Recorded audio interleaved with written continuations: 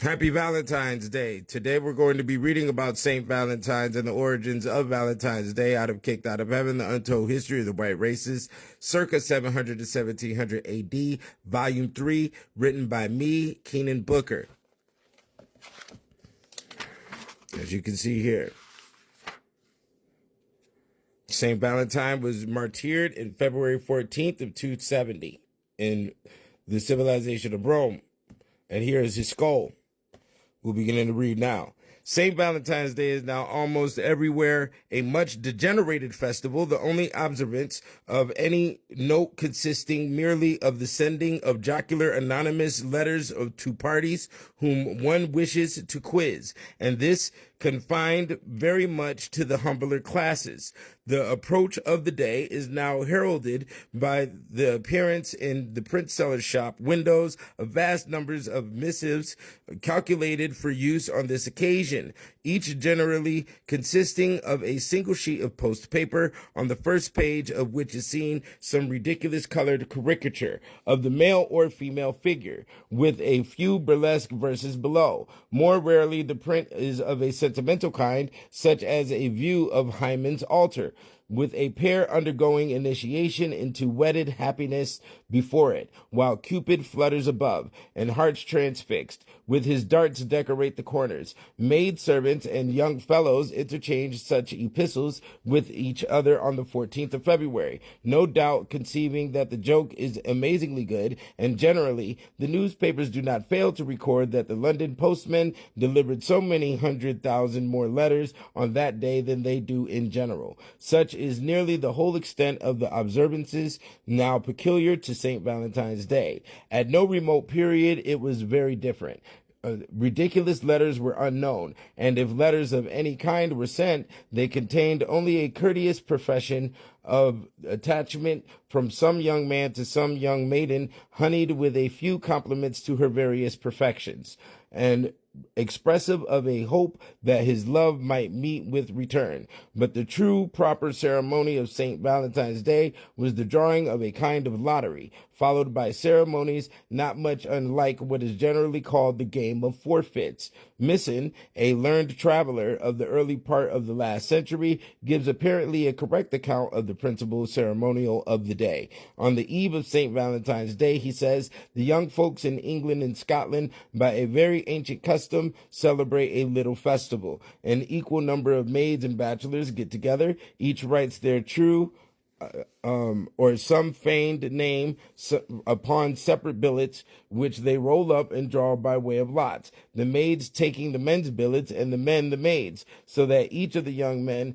lights upon a young man whom she calls hers. By this mean each has two valentines, but the man sticks faster to the valentine to whom he is fallen. Fortune having thus divided the company into so many couples, the Valentines give balls and treats to their mistresses, wear their billets several days upon their bosoms or sleeves, and this little sport often ends in love. Notwithstanding the practice of reveling, there seems to have been a disposition to believe that the person drawn as a Valentine had some considerable likelihood of becoming the associate of the party in wedlock. At least, we may suppose that this idea would be gladly and easily arrived at where the party so drawn was at eligible from other considerations. There was, it appears, a prevalent notion amongst the common people that this was the day on which the birds selected their mates. They seem to have imagined that an influence was inherent in the day on which the birds selected their mates, which rendered in some degree binding the lot or chance by which any youth or maid was now led to fix his attention on a person of the opposite sex.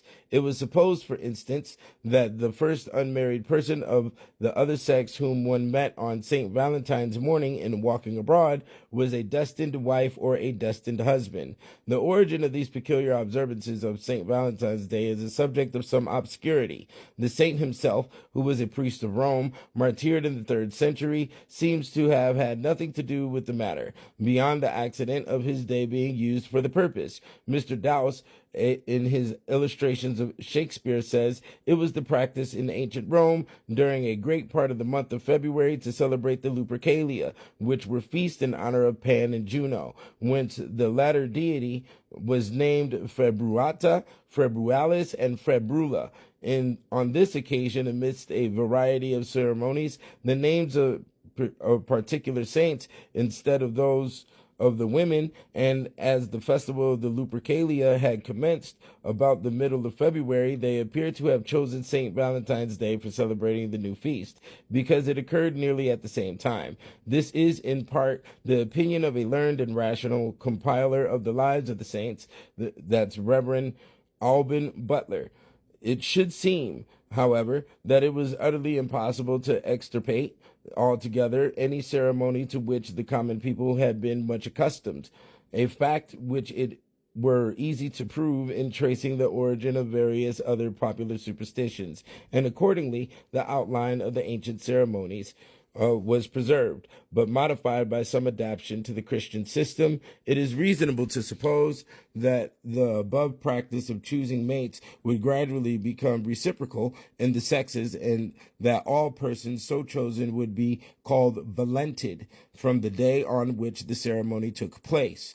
The carnelian heart, another of the many lifeless things to which virtue is ascribed, is a degraded imitation of a very old charm or fetish, the heart shape being accidentally reached by a process of evolution from very early times.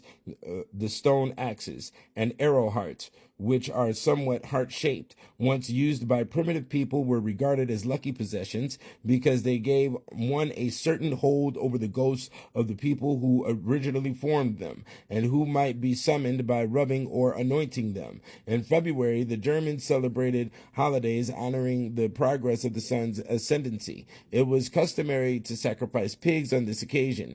These holidays were called Spercalia. Even today in Holland and Lower Germany, the month of February is called Sporkel.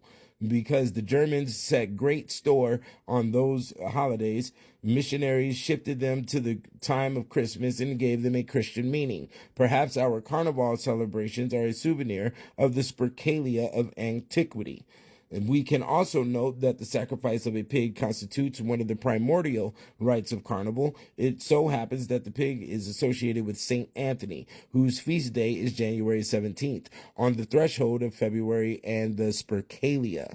Here is a picture here of the Lupercalian festival in Rome, drawn by Adam Elsheimer, showing the Luperci dressed as dogs and goats with Cupid and personifications of fertility. Valentines. The story of Valentine's Day begins with some unknown medieval bird watchers, probably in France rather than England, who reckoned that birds begin mating in mid-February and decided to give this a precise date, 14th of February. They may have followed some folk tradition. In Slovenia, this is still said to be the first day of spring, when plants start growing and birds mate. As was normal at that period, they expressed the date as the feast of day of a saint.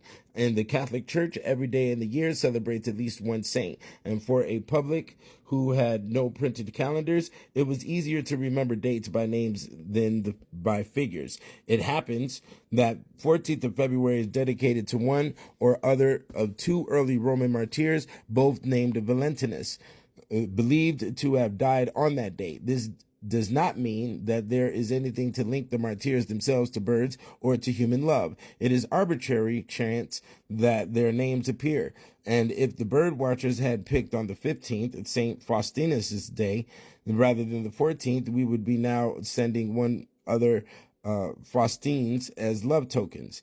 In the 14th and 15th centuries, it was fashionable in aristocratic circles in France and England to celebrate Valentine's Day with flirtatious entertainments such as courts of love, and several poets, including Chaucer, Gower, and Charles, Duke of Orleans, wrote elegant verses for the occasion. Chaucer's The Parliament of Fowls describes birds gathering at the bower of the noble goddess Nature to settle their love rivalries. For this was on St. Valentine's Day, when every fowl cometh there to choose his mate.